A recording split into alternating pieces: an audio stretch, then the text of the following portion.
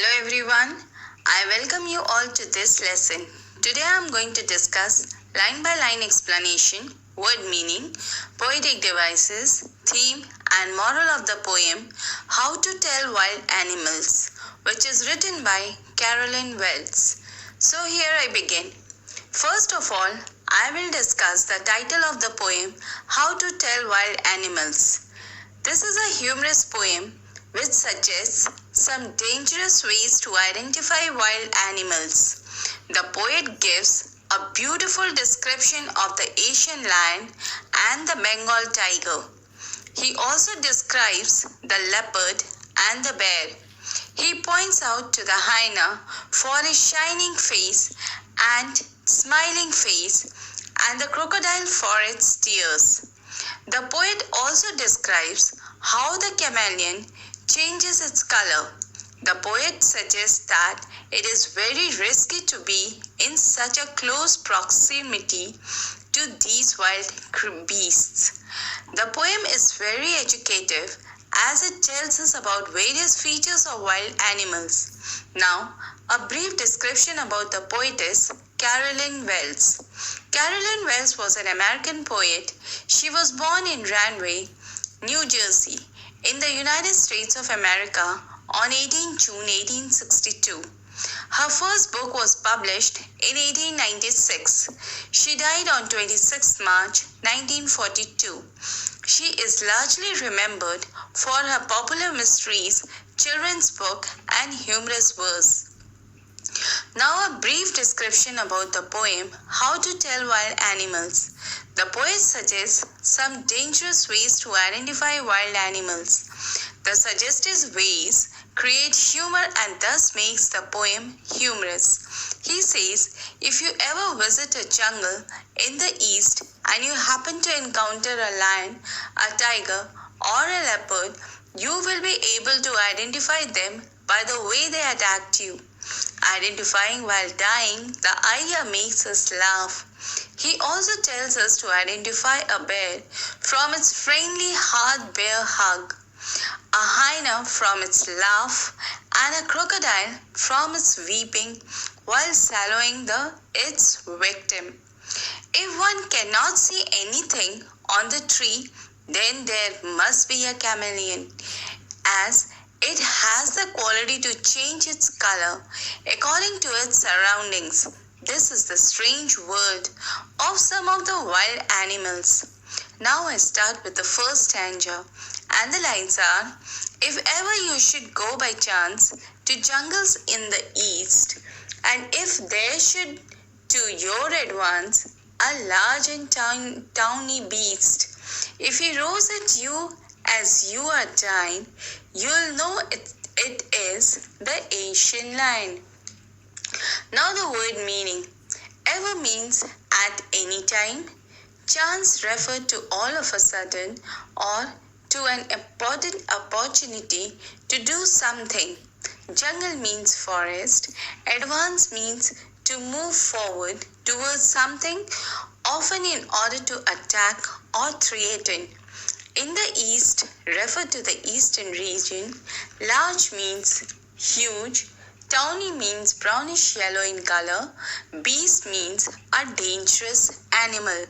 Now the explanation of the first stanza.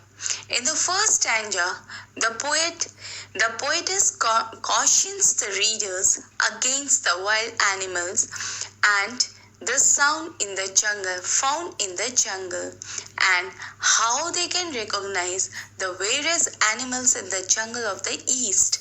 The poetess says that if by chance in the east you happen to meet or to go to any forest, then you are likely to encounter a grand, majestic, huge and terrible animal moving forward towards you.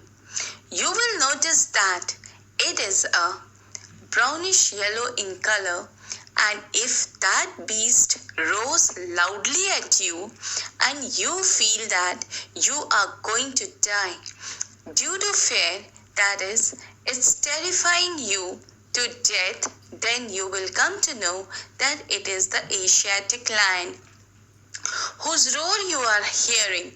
The poet has humorously explained the Asian lion which could kill a person by its roar. Now the poetic device used in the first stanza are rhyming scheme.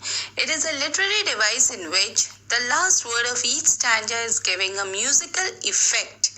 This stanza follows the rhyming scheme of AB, AB, CC, and the words from the stanza are chance, east, advance, beast, dine, and lion. Number 2, enjambment. It is a continuation of a sentence to the next line, the line from the stanza, and if there should be to you in advance a large tawny beast. And inversion. Inversion, it is a change in the format of the sentence, and the line from the stanza is, if there should to you advance. Number 4, assonance. Assonance is a figure of speech in which the same vowel sound repeats within a group of words in a line or text or poetry. The words from the stanza is, you should go, should to you, and roars. Number 5, allusion. It is a reference to the famous thing, place, species of animals, etc. That is the Asian lion. Now I move towards the second stanza, and the lines are, or if sometimes when roaming round, a noble wild beast greets you with black stripes on a yellow ground, just notice if he eats you. This simple rule may help you learn the Bengal tiger to discern. Now the word meanings. Roaming sound means wandering. Noble means high-born, grand, impressive, aristocratic. Discern means to see or to recognize. Ground means background. Wild means not domestic. Or make a note means to see validly. Stripes means lines. Greet means to welcome. And beast refers to the wild animals. Now the explanation of the second stanza. In this stanza, the poet says that it is very likely that while roaming in the forest, you are greeted by a noble wild beast. This wild beast is very impressive in size, and his majestic body is covered with black stripes on a yellow hide. The poet cautions that if the reader notices this beast and that if he eats them, then this simple rule will teach them that it is a Bengal tiger. Means to say that he is so quick that the moment you notice him, he will eat you up at once. So this is the simple rule to distinguish the Bengal tiger. But it is better not to wait for the tigers to lunch for their lunch to identify it. The poetess has used dark humor to explain how the tiger looks like, because once a person has been eaten up by a wild animal, there's no use in determining which wild animal was it. Now the poetic device used in this poem are, number 1, the rhyming scheme. This stanza follows the rhyming scheme of AB, AB, CC. And the words from the stanza are round, you, crown, you, learn, and discern. Number 2, alliteration. Alliteration is a repetition of consonant sound. In this stanza, the consonant sound are at the start of the 2 or more closely connected words are roaming round. Number 3, inversion. In this stanza, there is a change in the format of a sentence, that is, the Bengal tiger to discern. Number 4, allusion. In this stanza, the reference is given to a famous species of animals, that is the Bengal tiger. Number 5, assonance. In this stanza, the line, or if sometimes when roaming round, the use of the vowel sound O is used. Now I move towards the third stanza, and the lines are, if strolling forth a beast you view, whose hide with spots is peppered, as soon as he has leapt on you, you'll know that it is the leopard. It will do no good to roar with pain. He'll only leap and leap again. Now the word meanings. Strolling means to walk somewhere in a slow, relaxed way, walking casually or leisurely. Forth means forward, away from a place or ahead. Peppered means here covered with spots or scattered. Leap, that is a leapt, means to jump high or a long way.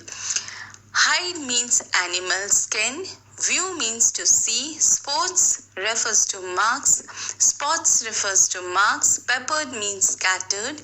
Leopard is a big cat of the tiger family. It will do no good means will not be of any use. Pain means suffering. And leap again means jumped at you again and again. Now the explanation of the third stanza. In this stanza, the poet helps the reader to identify the leopard. He says that if you happen to walk in the forest, you might encounter a beast with the spots on his skin. The moment you see the prey, he pounces upon you. His attack is certain. When the wild beast will jump at you, then you will understand that it is a leopard, as he will keep jumping on you and will tear you apart. There is no scope from him. Moreover, it will be of no use than to shout or cry with pain, because he will continue pouncing on you. So be careful and don't allow it to leap on you. So in this stanza, the poetess has explained the characteristics of a leopard. Now the poetic devices used in this stanza are: number 1, rhyming scheme. This stanza follows the rhyming scheme of A, B, A, B, C, C, and the words from the stanza are view, peppered, you, leopard, pain, and again. Number 2, alliteration. Use of consonant sound H in the beginning of the two words he has. Number 3, poetic license. Is a liberty to the poet to change the spelling in order to create rhythm or rhyme in a poem. The use of leapt instead of leapt is used in this stanza. Number 4, repetition.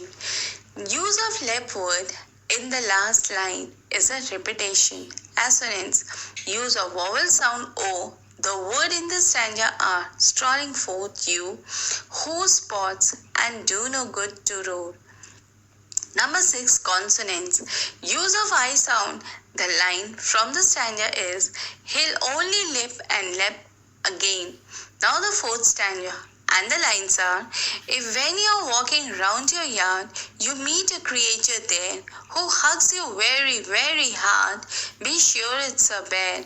If you have any doubt, I guess, he'll give you just one more caress. Now the word meaning.